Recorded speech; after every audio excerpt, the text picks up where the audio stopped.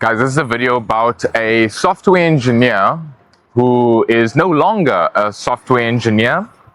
He is now living in a trailer working DoorDash. How he got there is not that much of a mystery, but well, something that used to be a mystery, which is now a more common reality than what we can actually imagine.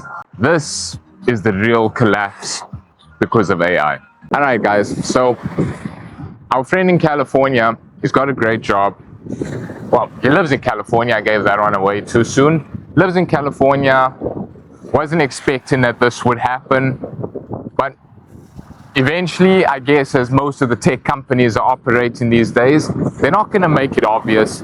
You're just going to see subtle changes taking place in your company, and it's going to start from the bottom all the way up. So normally your marketing teams, your sales teams, when they start getting into some managers and some specialized positions like your engineers, operation managers and stuff, then you can maybe start worrying a little bit and start to question, are you next? Now, because it's AI that's doing these things, you probably are going to be next. And it's when you least expect it, you get that email, hey, can you come into the office? HR would like to have a meeting with you. If you are in a tech company or startup and you got that email, just know it's your time. And it's okay. There's no problem with that. Companies from California. California is the tech leading hub of the world. If you got a job from California, be worried because those are the ones that are replacing more than anyone. If you are in tech, be worried. That's where the replacements are taking place. And they're going to be replacing your ass sooner than... If you are in a specialized position and you think that AI will never take it, it's going to take it. It's best to be prepared than to not expect that you are going to lose your job. However, I digress. There's a couple of comments related to our amazing friend here, that's software engineer. I'm going to go through a couple of them and yeah, let's get a conversation going about them. Love? So, he just forgot to mention that he got 800 job rejections so far. And there's, for example, this comment over here from Steve Luciano. So, teenagers can use AI to become millionaires, but a software engineer will turn to DoorDash to earn a living. How does that make any sense? Well, it doesn't make any sense, but a teenager is probably born, in 2005 or whatever, who's 20 years old today, so he's no longer a teenager. So born 2008, which is during the 2008 crash, where AI was already being implemented in its earliest stages or forms probably. The guy that's a software engineer was probably born in the 90s, so he's a millennial. Obviously, he wasn't born in just a digital age, he was born in an analog age. So that's why he's going to DoorDash, just because he never had the time and experience to know or become proficient in AI. I just graduated. I have freelance clients that I code products for and do Uber Eats. Aha, we are so cooked. We are so done, but I don't know. I guess life. Well, that's life. I think a lot of millennials will kind of just accept this fact. A lot of boomers will maybe have an opinion to say kids are and this and that. I guess the opinions will vary from generation to generation, person to person. But yeah, it is kind of life.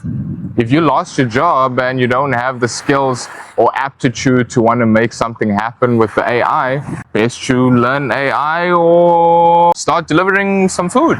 Long story short, Mr. Software Engineering is not alone. He's actually one of many. And I mean, you can go and check the numbers yourself. What is it? CNBC and stuff like that. They have this news quite often. Meta has laid off 30,000. Microsoft has laid off this. OpenAI has laid off. Google's laid off.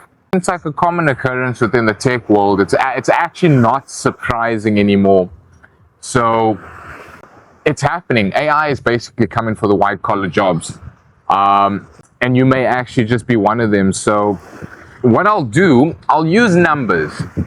because it's 2025, and if you're not proving your numbers, you're just going to cause an argument with people that have all their numbers, ducks in a row from their biasness. So I'm going to use specific numbers from the internet of things and see how well it can actually make us understand what the problem is, where we currently are, what could happen, what could change, and what we are not understanding or misunderstanding completely. So, for starters, 83 million jobs are projected to be lost globally by 2027. That's a hell of a lot of jobs. But then again, it doesn't really seem that much, because when you listen to some of the president's speeches, particularly US presidents, on a quarterly basis, they'll say 5 million new jobs now available, or we've just lost 6 million jobs. So you just times that by 8 and boom, you have the same job numbers. I don't know if it's actually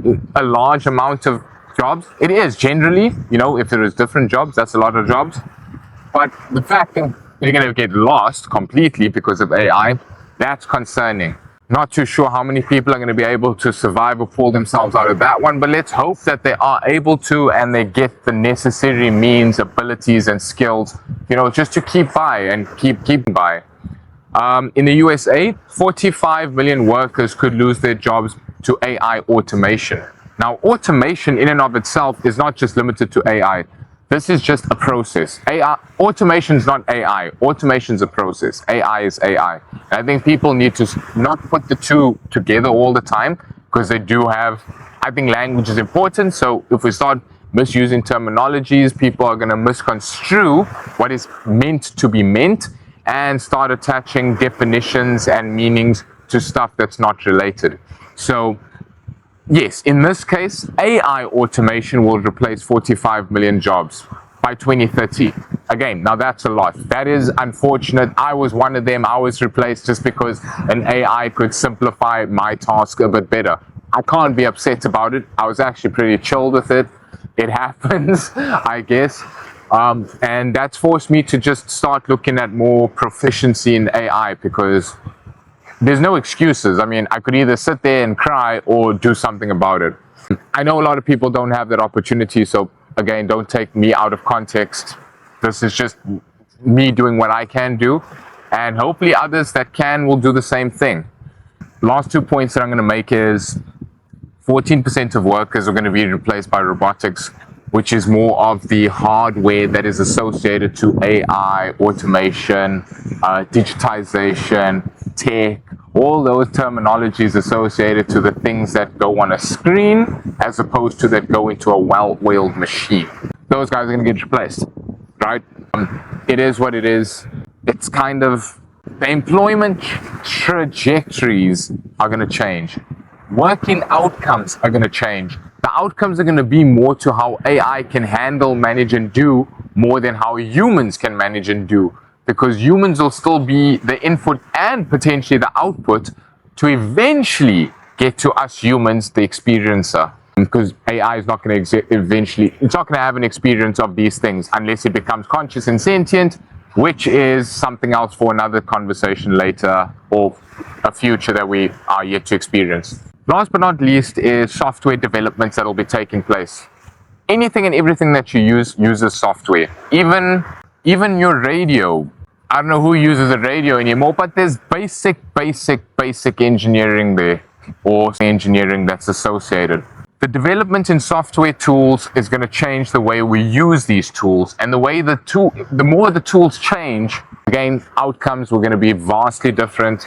Companies are going to have different targets and goals, and it's just going to significantly change the way we experience each other, the way we experience reality, the way we experience technology, and what we do with it.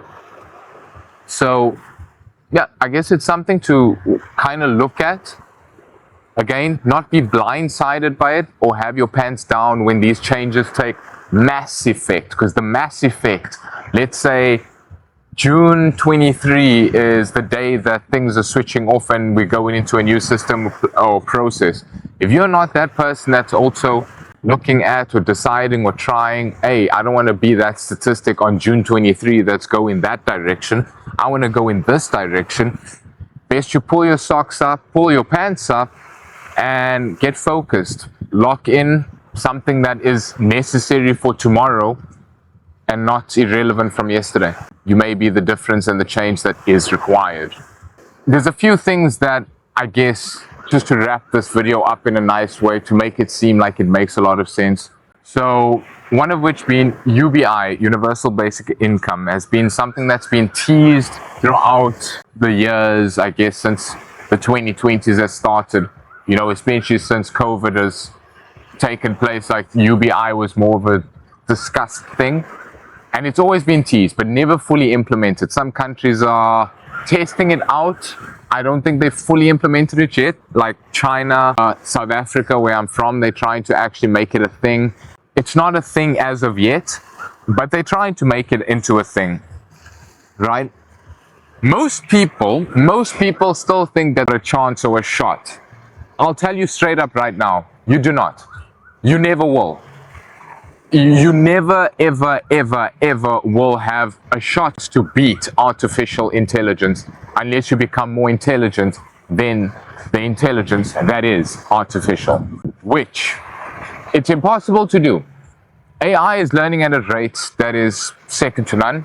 If you are 25 years old, AI is older than you already in terms of its intellect and knowledge. That's not an insult. That's just a reality of fact. And we need to be okay with that it is growing and developing and evolving faster than what we could ever comprehend. And the more okay we become with that, but not content with the fact that it's just going to put you in a position of potentially nothingness. By nothing, I mean no job and stuff like that. If you are content with that, then you are a loser and you deserve what AI is taking away from you. If you're not content with that, but you have been affected by it, then you've got your head screwed on correctly and you want to still be part of change and you would like to still have some contributing factor or point to society that you live in. And those are the ones be the change that is required. I mean, we still don't have a lot of prompt engineers that are out there. Prompt engineer is somebody that knows how to talk to the AI and get a response from the AI. It's conversation. It's so easy work to do to get an outcome that is done for you. Yet people don't want to do that. People are still, I'm going to still go and Google my thing. Yes, Google's great. Google also has an AI, guys, but you're still doing the old processes and expecting a new outcome. You can't do the same thing over and over again and expect something to change. You can't be in the same position and expect people to recognize you as being valuable. You know, these are the types of changes and implementations that are required from you, the individual, that wants to be part of the change and see the change take place. But I'll leave it on this final point over here, which is going back to our software engineering friend. AI didn't take his job. It just highlighted a truth to society and reality that we're not paying attention to or focused on. And also, this is the last point that I'll make. We never discovered AI, guys. AI has always existed. In the same way electricity always existed. We never created it or stumbled upon it. It was always there. Actually, we stumbled upon it. It was just always there. So, do what you must with that. Leave a comment down below. Let me know your thoughts. Have you been affected by AI the way I was or the way our software engineering friend was? What are you doing about that? Are you implementing, are you integrating with the tools and technologies that are out today? Are you quite proficient with AI? Let us know down in the comments below. And yeah, let's start a conversation with it. Maybe we can help each other all get to a point where we help each other out. And maybe, just maybe, we challenge AI for what it actually is to remind it that we are the human race.